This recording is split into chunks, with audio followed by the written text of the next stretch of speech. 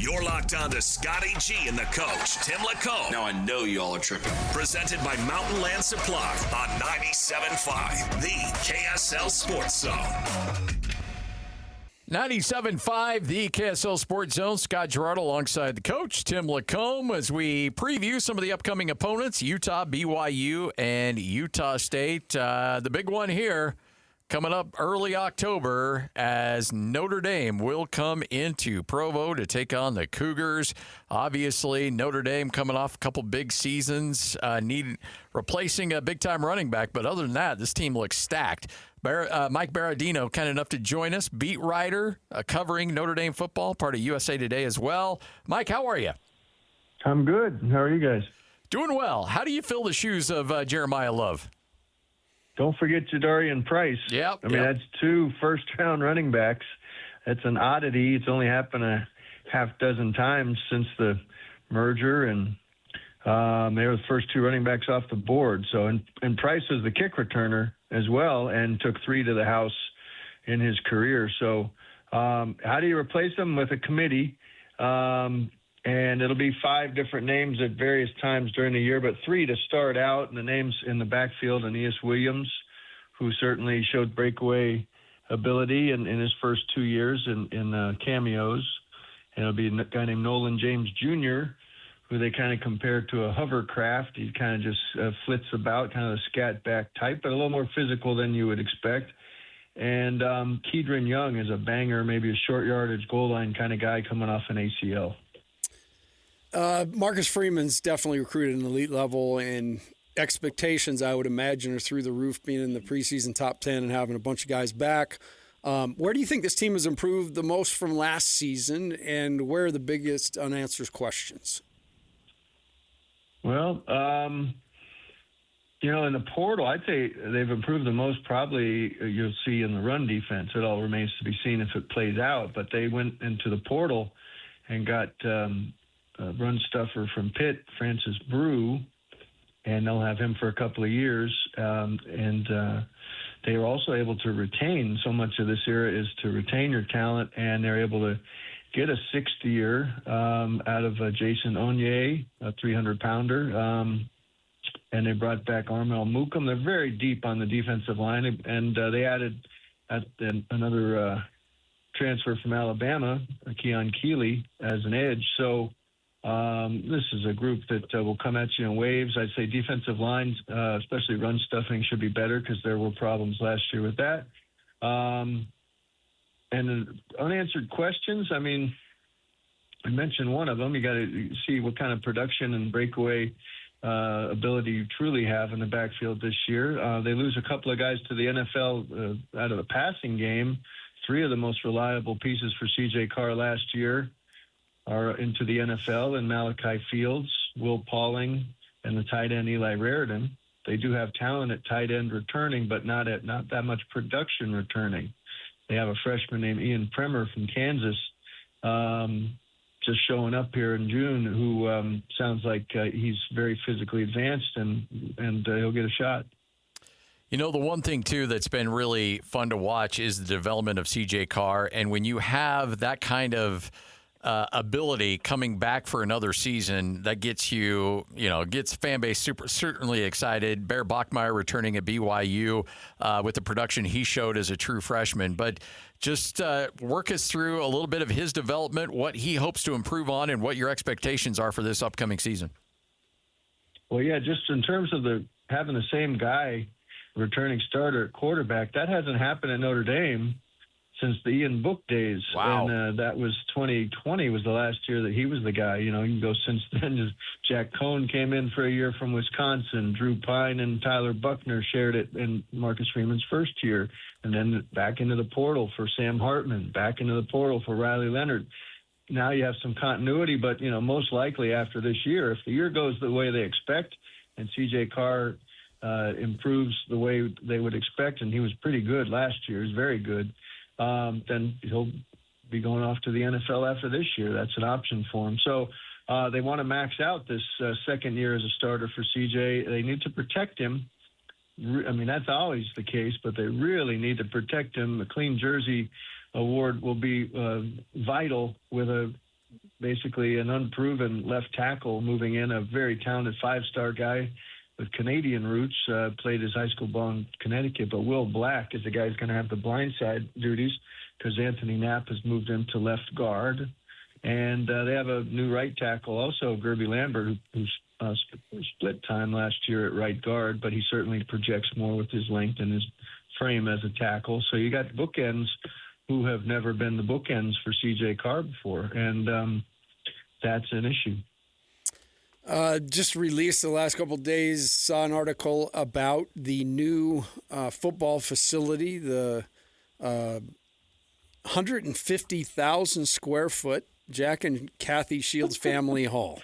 Have you seen this place? And it does not, from everything I'm reading, it has. I'm gonna read this. It has an advanced training room, standalone sports medicine facility, equipment facility with body scanning and fabrication technology, a new and expanded locker room, meeting rooms, 2-level all-team auditorium, an augmented reality walkthrough room, media innovation spaces, including recording studios and photo studios, academic support spaces, a new player nutrition area. It sounds like quite the spot.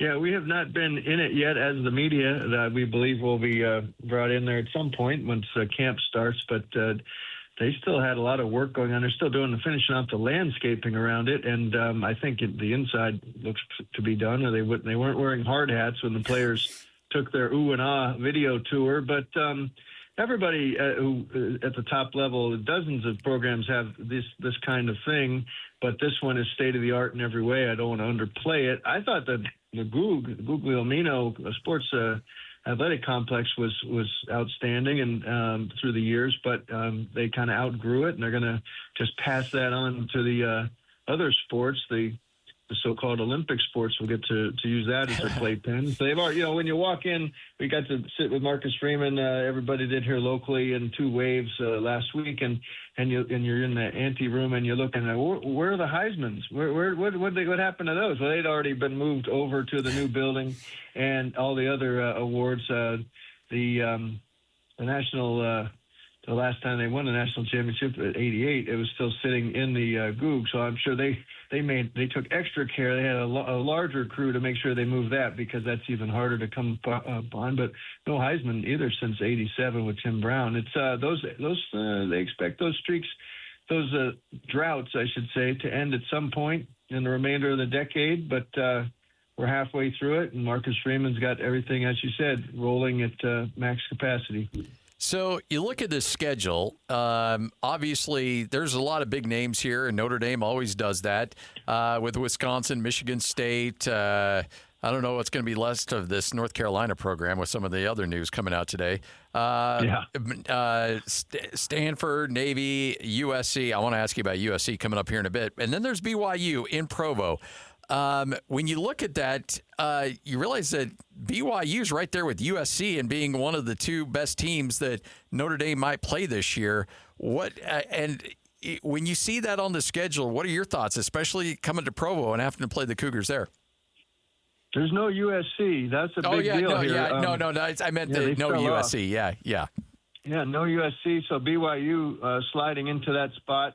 And potentially, if the public chatter is correct, and the AD out there saying, I believe that there's been conversations. Notre Dame hasn't talked about that specifically, but we'll see how this one goes. It should. I mean, I was at that matchup, the Shamrock Series matchup in Vegas back in Freeman's first year. It was a heck of a game, and the loud in there from both sides, and I imagine it'll be quite an environment. Never been to Provo for a football game, so we're looking forward to that, and I'm imagining it'll be at night and very loud and challenging. This is not a schedule with much juice in it besides BYU and Miami. Possibly Navy will be ranked when Notre Dame plays it, and it plays Navy every year. They play them on Halloween in Foxborough, but BC might be a little better, but hard to imagine them being ranked. SMU could come in here ranked 3rd week in November, but and then they finish with a Syracuse trip, Thanksgiving in Syracuse, just like everybody wants, or that weekend. but at least you're indoors, and Notre Dame beat Syracuse 70-7 last year. It has big, 3 Big Ten teams right out of the chute there, out of the first 4, but they're not the dangerous ones yet. I think Michigan State eventually will turn it around, and Purdue's in a turnaround. Barry Odom knows what he's doing. Wisconsin's in a tricky spot with Luke Fickell under a lot of pressure, and that is Marcus Freeman's mentor, his former coach at Cincinnati when he was breaking in expanding his resume as a DC. Now, again, I wanted to talk about USC, and I kind of slipped up there a little bit, but in terms of USC, this is on USC, right? Notre Dame wants to keep this thing going. This is all from the Los Angeles perspective where this thing got sideways, right? I think that's a fair read. I think USC people would say something different because I think they wanted to play Notre Dame maybe in a week 0, but in a neutral site, maybe in Mexico City or something. And Notre Dame did at one point say we'll play anytime, anywhere, and USC might have taken them at that face value. But it's gone on hiatus regardless of the reasons, and the biggest reason is USC moving to the Big Ten several years ago and having extra trips into the Midwest every other year. Not something that Lincoln Riley was that keen on, and he doesn't have a whole lot of wiggle room anyway. Talk about a guy on the hot seat, yeah. And they chose to swap him out for San Jose State or something, but. It'll come back because it is the longest intersectional rivalry and so much history, and it's even visible in The Godfather. So I think at some point we'll have it back, but there's a general sense it might take until the 2030 to bring it back. And by then, also I think we have to go to 24 teams and Notre Dame is now publicly in favor of that after kind of suggesting 12 was the perfect number. Pete Bavacqua has updated that in recent months, the AD, and saying 24, because that's going to make scheduling a whole lot easier for Notre Dame when these Power 4 leagues have 9 conference games and a chance to make the playoff with 3 losses as opposed to 1 or 2. Marcus Freeman, counting his when he took over for the bowl game in 2021, is 43-12 in his time at Notre Dame, which at most places is awesome. But what's the thought on Marcus Freeman and how things are going under his guidance?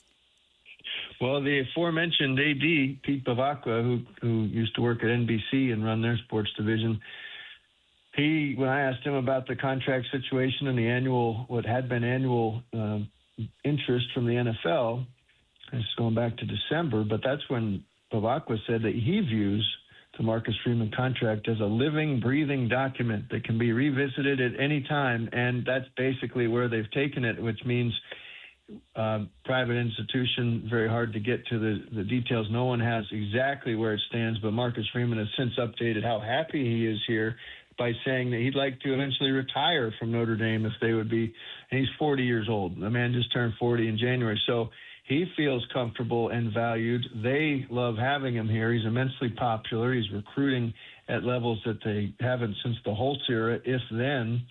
And it does seem to be that NFL threat that would always be out there looming.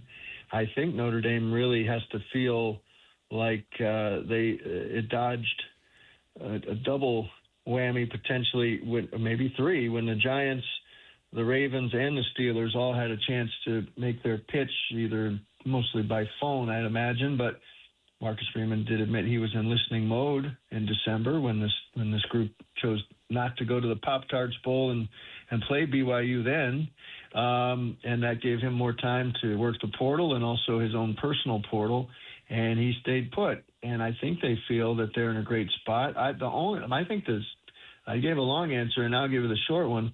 The only way I see him leaving here barring any drastic changes in the people around this situation, the only way he would be tempted to go to the NFL again or to be tempted to listen more closely is if they win a national championship, because then you get a statue here. The coaches with championships get statues.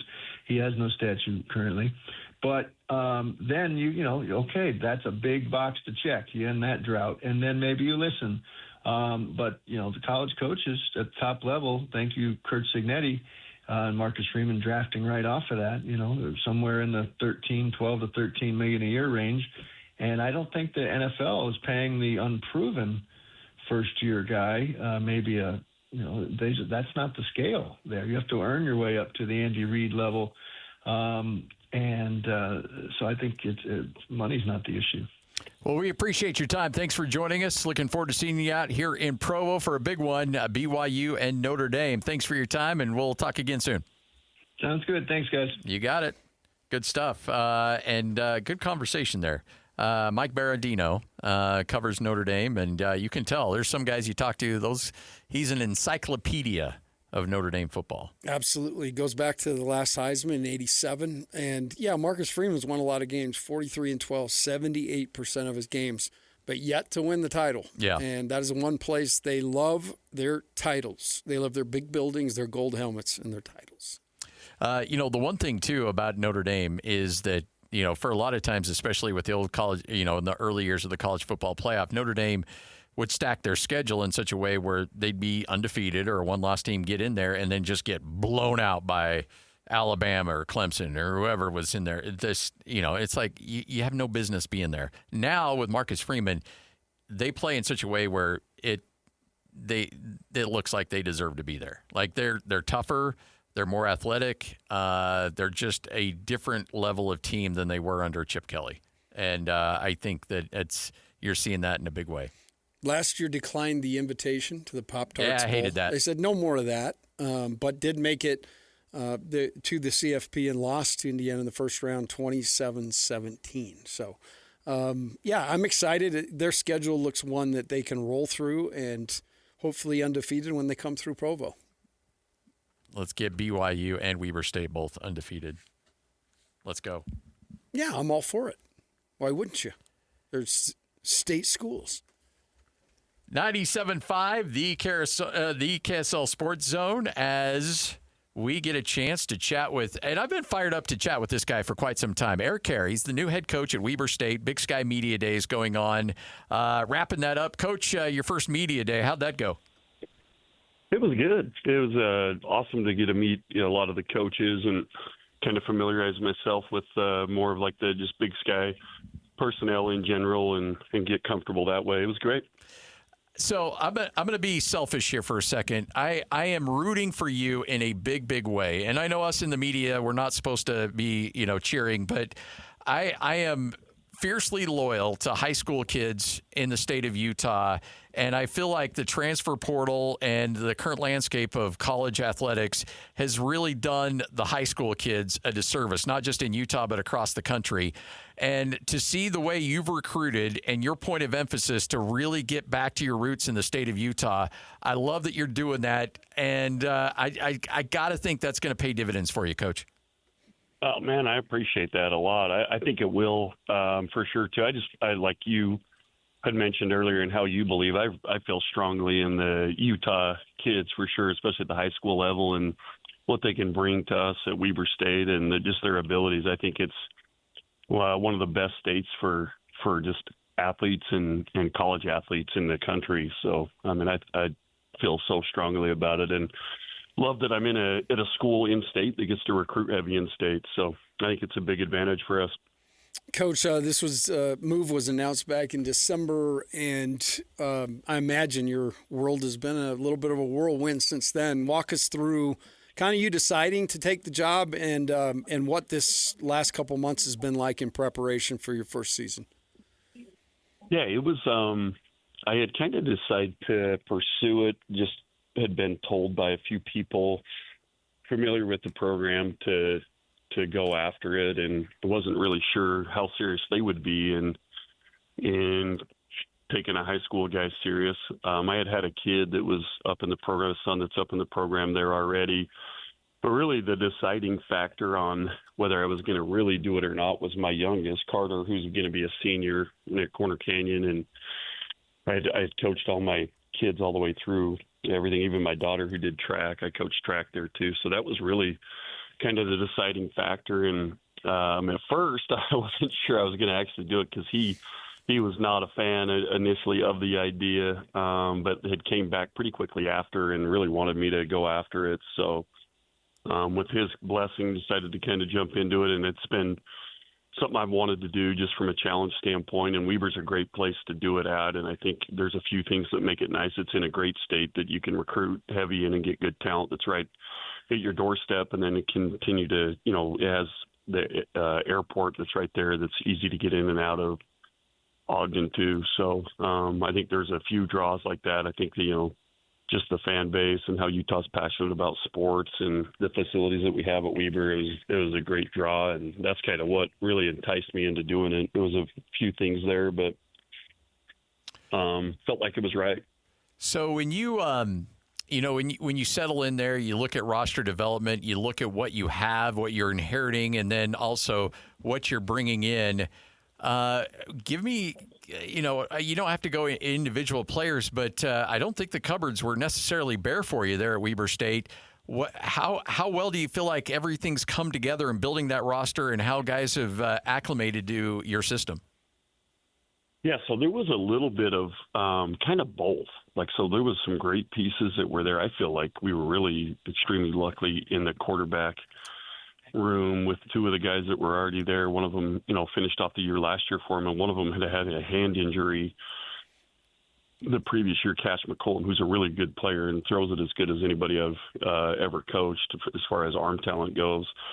And then running back, too, they had some talent there and in some DB areas and tight end and linebacker. But we've added 75 new guys to the roster also when I took there. And I think one of the ways you can kind of put those pieces all together is they have a common goal, right? They all want to be good at football. They want to be challenged and pushed. And I think building that there and pushing them and holding them accountability as a group, because, that's really their goal, and getting the right guys that want that on our football team has been really a big part of our roster as we've moved in more and more closer to the fall, of getting the right guys that all want to go in the same direction. And some of that's been, like you said, some really good talent that's there already, and then adding some pieces from the state of Utah that have been available with it has helped us kind of, I think, solidify our roster as we move into the season.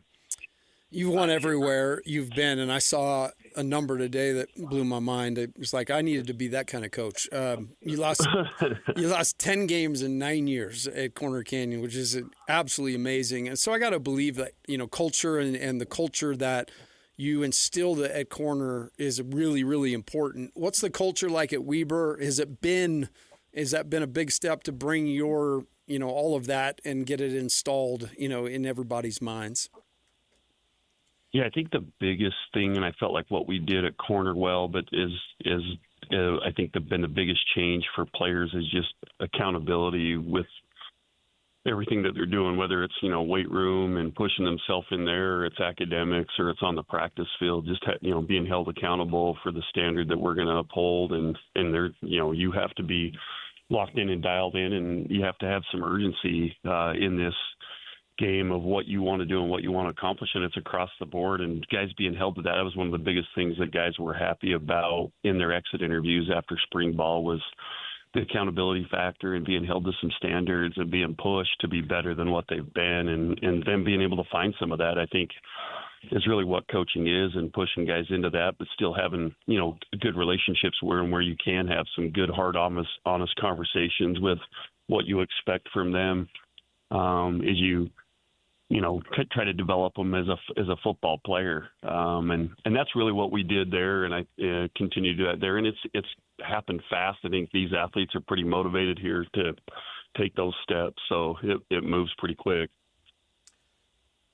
I got to imagine during your time, not just at Corner Canyon, but across the state, you would probably run into players or compete against players or have guys on your team, and for whatever reason, schools weren't biting. And you're like, why is this guy not getting any interest? I know he's going to be great. I remember giving guys up at Utah State all kinds of grief because, nobody was going after Josh Davis, and he ended up having a great career at Weber State. How good does that feel like I can provide a home for these guys that I know are being under-recruited, that I know can play at this next level? That's been awesome so far already, just being able to have that, and you know that they're around, like you had said, like Josh Davis and other guys that have been around in the state that maybe haven't gotten opportunity, that can definitely play. And some of it's like eye test things, but I think that's one of the things you have to be a little careful of now in the college game, especially the FCS level. There are certain like physical dimensions you're looking for, but to be able to, chop an inch off and still be okay with that number of that athlete, because there's other parts of their game or other parts of what they can bring to your program that are going to be super beneficial. So it's been awesome to be able to do that, because I feel like we've added some of those type of kids. Seth Rigtrip's one of them that we added, that went to Maple Mountain, went to Snow, and then we picked him up from Snow. That's, I think, going to be a really good player and going to do some great things for us this fall. How exciting was it for you to watch Jackson Dart play last year and do the things he was doing? And what was it like coaching that guy? Man, it's so fun to see him do what he did last year, and then also even just talking with him, like he's so driven. So that was last year there was some great parts for him, but he was pretty frustrated too, just because he's used to winning and he wants to play at a level that he's been accustomed to playing at. And then just coaching him, such a special talent. Like those guys that are driven like him and just have the mental capacity that he has, as far as being able to teach concepts and give him an understanding and put him in situations that he understands. And then as competitive as he is, he's just special to coach and different than a lot of kids that you come across, as far as how driven is. And he is like practice. He was as competitive in practice as he was in games. Like things mattered to him all the time, and competing and being on the winning end of things. And I think a lot of that mentality drove him and kept him being a high-achieving athlete that kept getting better and better through his career, and continues to do that at the NFL level now. I know there's a lot of, speaking of a former quarterback of yours, Devin Brown transfers into Weber State, and I think a lot of people are like, okay, the connection with Coach, he'll be the next quarterback. I know you're huge on competition, and that room's going to be wide open in terms of everybody's getting opportunities, correct? Yeah, it's still been that way. We thought we would have someone out of spring, and we didn't feel comfortable with that. Zach Larson, our quarterback's coach, and I, and some of our offensive staff, we didn't feel like we were there yet. So it's still open, and hopefully after these first 2 weeks, we get an idea where we're at. But yeah, we felt like nobody really kind of took it, and they all played well at times, but not consistently well. And that's what we're looking for these first couple of weeks in fall. Coach, is this now I know sometimes in the Big Sky, you'll play conference games, but they're not listed as conference games. Is this Northern Colorado game to open the season? Is that a conference game? Yeah, that one is. Woo. Yep. So yeah, that one is right out of the gate. Right out of the gate, you're playing a Big Sky team in Greeley against Northern Colorado. They're not. There's no real honeymoon there. They're just throwing you right to the wolves. Yeah, no, and Coach Lamb does a great job up there too. He's a local guy that's been around and understands the Utah landscape, and he's got a lot of Utah guys on that staff, and he does it the right way, and super successful when he was at SUU. So it'll be a big challenge for us, and we're going there. We're playing on a Friday night because it's going to be their first game. They just got lights, their first game that they've had lights there. So there's going to be a night game, which will be great. So going to be a fun environment. Back to the Friday night lights. My first game would be awesome. Yeah. You can't get away from the Friday nights, can you? No, I love it. Yeah, it's just going to follow me, hopefully. We should see if Fox and Alema can make it down. Yeah, there we go. Yeah, no doubt. Get them out there. Alema could make it. I don't know if Dave could make it out there. I don't know. That's a lot of travel for him. Yeah, and he's a pretty boy, bro. Yeah, well, he is. It's got to be just right for Dave. You know that. Hollywood. Nickname's Hollywood for a reason. Hey, Coach, you're the best. I like you guys already. Nice. Oh, yeah. We got plenty of those jokes coming. Hey, we appreciate it, Coach. Good luck. We're rooting for you. We'll talk to you again here soon. I appreciate you guys. Thanks. There he is, Eric Kjar, head coach at Weber State. I will make no look, I know we're supposed to, when it comes to BYU, Utah, look, I will walk that line. Weber State, I'm not walking that line because Utah kids have been underserved being recruited here in the state of Utah. And now that they have a home at Weber State, because Eric Kjar's not going to miss on kids. He's just not. Like, if there's a kid that's being under-recruited, he's going to be like, I got a home for you. Let's go. And kids are going to go there, and they're going to be successful. And I will be shocked if he is not highly successful at Weber State. I think the dude's going to win one there. Yeah. I just think he's that good. I do, too. I really do. It's he talked about Jackson Dart, and the thing stands out about it, how important it is to him. And you take that and times it by 1,000,000, because this is the guy overseeing everything. He ran such a tight ship there. And I do believe, like him talking about the culture and guys buying into the accountability, he's got great schemes, and he'll recruit really, really smart, and he's going to get guys that fit. So, yeah, I'm on board. I say blue and red makes purple. Yeah. So let's wear our purple. There you go. Proudly. All right, Sports Roulette coming up next, 97.5, the KSL Sports Zone. Order for Jennifer C. Is this my double shot, double cream, double froth, double pump, double whip, double sleeve? Yeah. Can you handle that much caffeine? Did you know Discover automatically doubles all the cash back you've earned at the end of your first year? Oh, really? That's great. Seriously, did you know Discover automatically doubles all the cash back you've earned at the end of your first year? Yeah, you just said that. Did you say I just said that? Yeah, I'm cutting you off. I can't have any more? Why not? You earn, we match. Discover Cashback Match. See terms at discover.com/creditcard. Make game day yours. Tickets, food and drinks, stats, and streaming. Everything you need is in the Utah Mammoth app. Download today and make game night easy. Download on both Android and iPhone. Tusk Top. It's time to spin the wheel and talk some sports. This is Sports Roulette on 97.5, the KSL Sports Zone.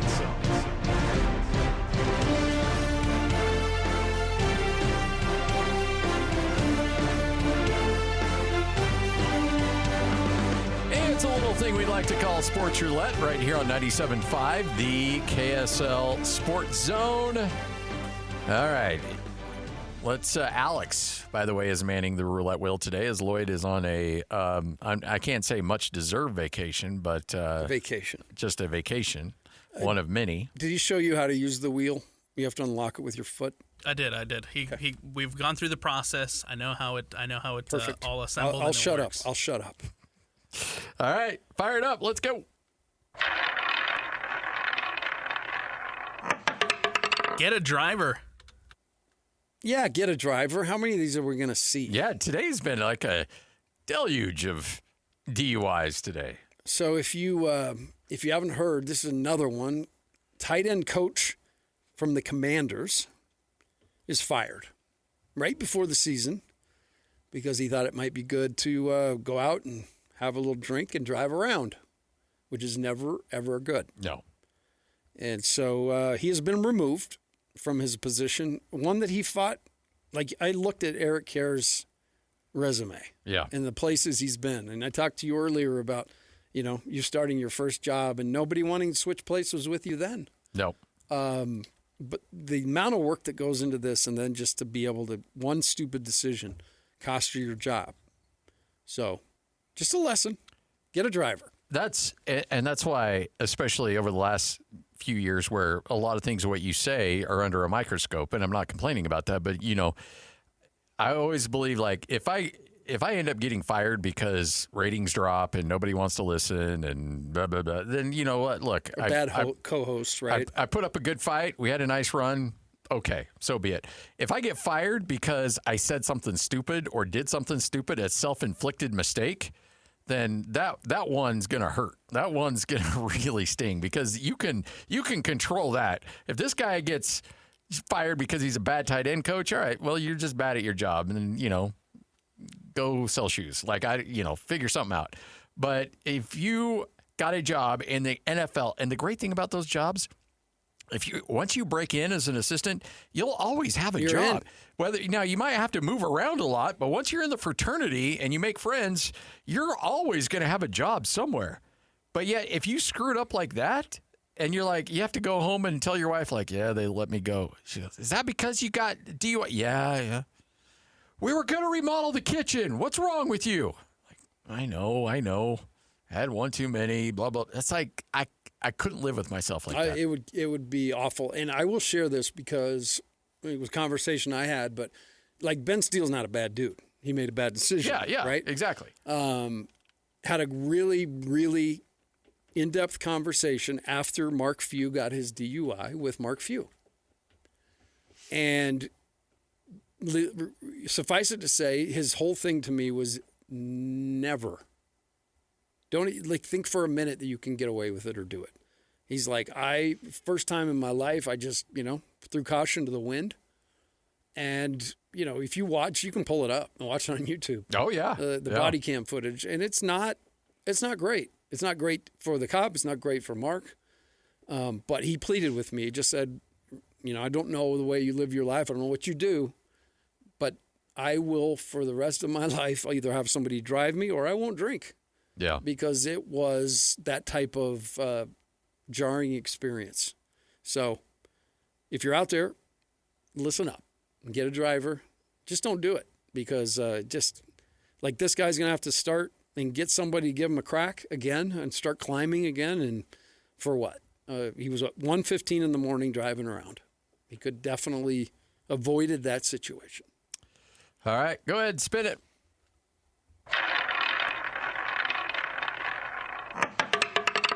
Jerry prefers Deshaun.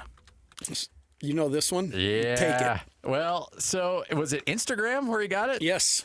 So there is a video on Instagram floating around where somebody asked Jerry Jeudy, and as a Broncos fan, nothing good ever comes with Jerry Jeudy. You're done with him. Oh, yeah. No, look, that guy, that guy, if you need a big catch to be made, he will find a way to drop it.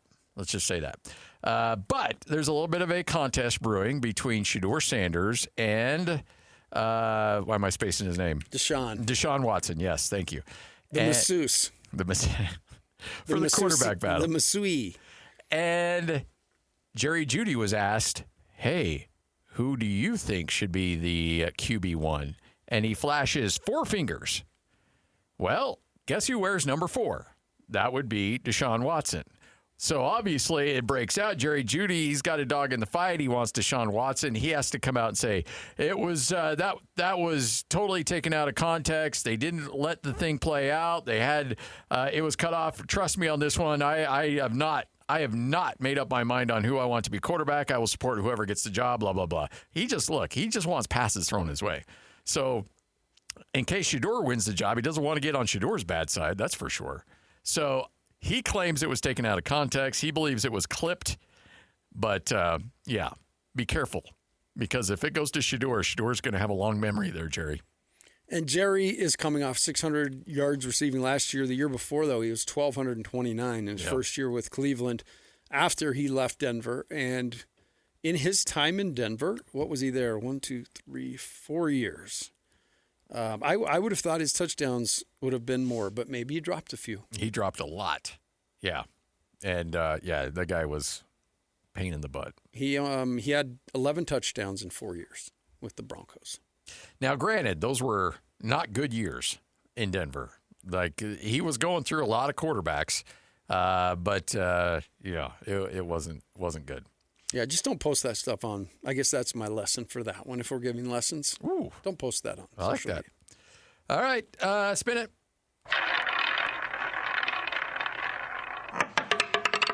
Back from the dead.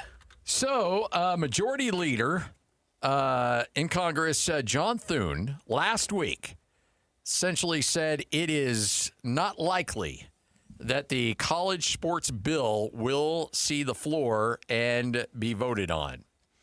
So since then, it appeared like, okay, it's dead, not going to happen.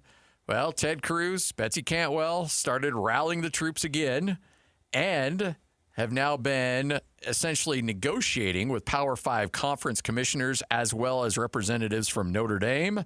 And today, Majority Leader John Thune is he's speaking a different tune, no joke, pun intended, saying that the bill is, quote, steering in the right direction. So who knows? We may get a vote. It's got to happen this week. But if we could get a vote, we could get ourselves a bill passed, perhaps, and we might have some guardrails for college football. or college athletics. I would love it. I would love it. I'll believe it when I see it. Same. However, because so many people have to not necessarily sign off on it, but nod off on it. You know, you got to get all the power players to agree. So there's going to be a lot to that, but that's a good sign. I mean, back from the dead is better than heading to the funeral. It's partly dead, not dead. Just a zombie at this point. Yeah.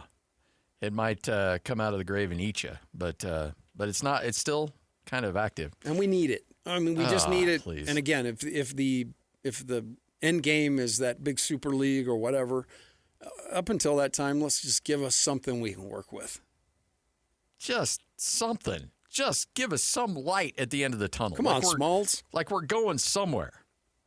All right, 97.5, the KSL Sports Zone. Take a break, wrap things up, get you ready for Jake Scott coming up at 2:05 right here on 97.5, the KSL Sports Zone. Jazz, the Mammoth, and the Utes, Cougars, and Aggies. When it comes to sports in Utah, we've got you covered. This is Scotty G and the coach, Tim LaComb, presented by Mountain Land Supply on 97.5, the KSL Sports Zone. 97.5, the KSL Sports Zone, wrapping up another edition of the show.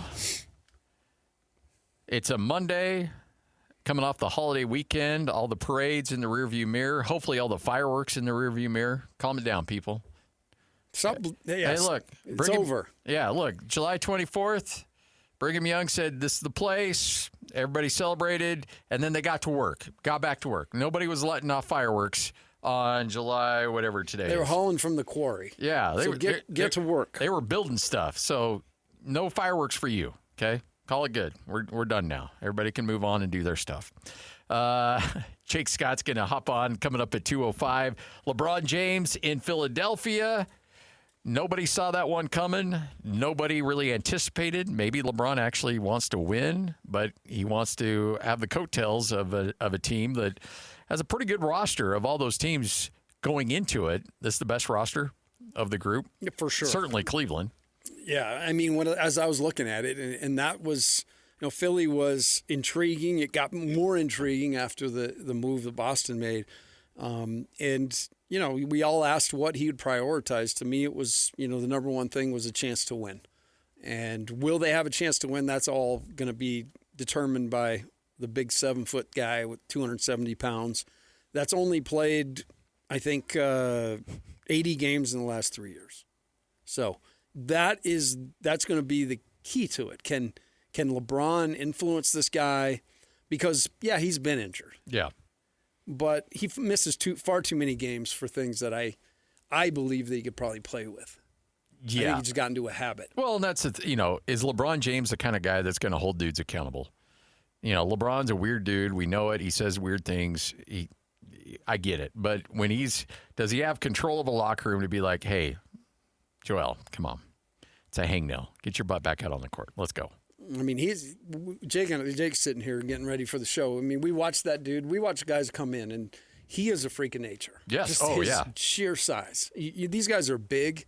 This guy is massive. So if this can, tighten a screw or loosen a screw or whatever it needs with him, that's going to be their biggest chance. But, yeah, no comparison. You look at Cleveland, they're going nowhere. I mean, Donovan Mitchell, great regular season player, puts up huge numbers.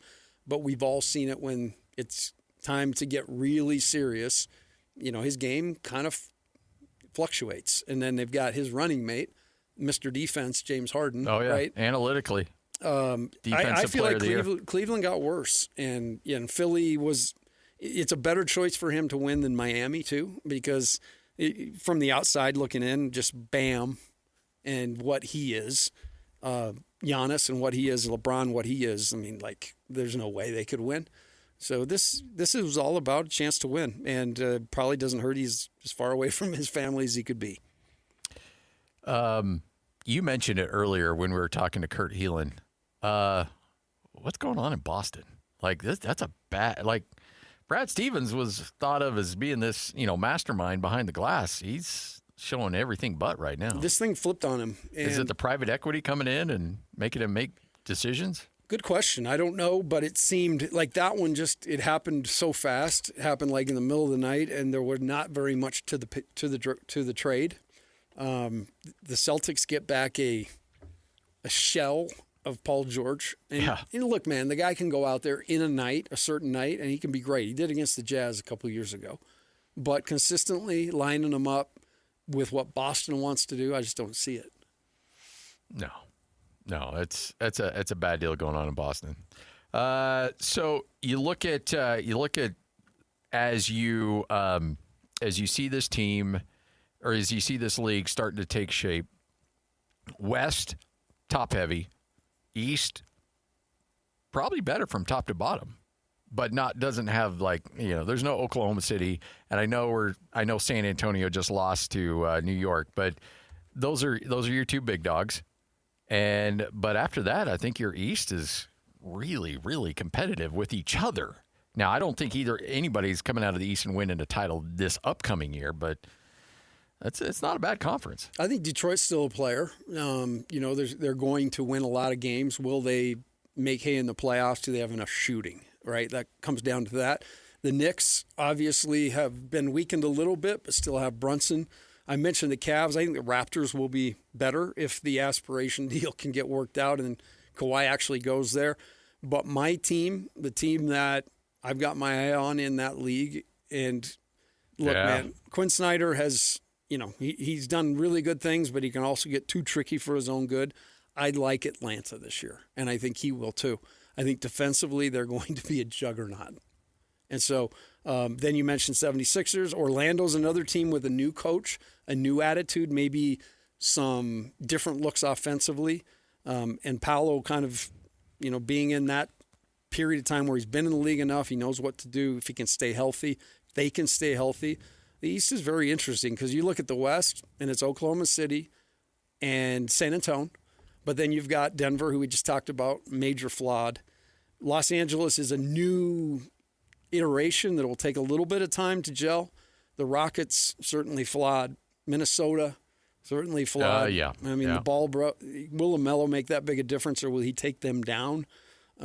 Portland's not even in the equation anymore because of Night at the Museum. And, so I'm telling you, I think you're right. I think there is a little bit more weight in the East as far as the regular season goes, but you'll have to convince me in the playoffs. The New York was able to do it this year. But it's rounding out. The Jazz in the West is looking really, really good. They seem to be going up when a lot of teams are dropping. Yeah, I think when you see how this thing's playing out for sure, I think you're looking at the Jazz. Look, they stay healthy. I don't think they're a play-in team. I think they're above it. I think they can be in the top 6. Yeah. 5 or 6. I was for sure there with Kessler, just because they wouldn't have to figure some of that stuff out. But I do believe, looking at the West, I think they can finish in the top 6. And I could see this team too being buyers. If they come out hot, I could see them trying to flex with a little bit with some fizzles. Of those. Yeah, because you got those 2 first rounds from L.A. You got some ammunition to go out and wheel and deal. And there's always drama. I mean, Jake taught me the NBA drama. The NBA is one thing during the season, and those games are great, but I think we live for the offseason, the drama. The drama within the season, we saw it last year with Memphis. They had to make a move, and the Jazz were Johnny on the spot, got that deal done in 24 hours. So, I think that's what's exciting. They were not able to sign Walker, but something's out there. And they have the capital and the goods to be able to go out there and get it when it presents itself. Day 1 in the books of the 3-week Lloyd Cole vacation. Looking forward to seeing him back in studio coming up in October. I need his vacation package. I do too. I think if you combine Jake's here hanging out with us, if you combine the 3 of us, we might be close to the amount of vacation days Lloyd takes. I mean, vacation for me was Torchy's Tacos this summer so far. So. It's been we've been at it. Lloyd's taken about 7. Yeah, and he's like, you know what? I feel like I'm going to go fishing, so I'm going to take Thursday and Friday off. Well, don't you have a week coming up? And yeah, don't worry about that. So he works hard though. He's earned it. Don't ask, don't tell. All right, coming up next, Jake Scott, right here on 97.5, the KSL Sports Zone. I'll talk to you. See you. Want to get the latest? Order for Jennifer C. Is this my double shot, double cream, double froth, double pump, double whip, double sleeve? Yeah. Can you handle that much caffeine?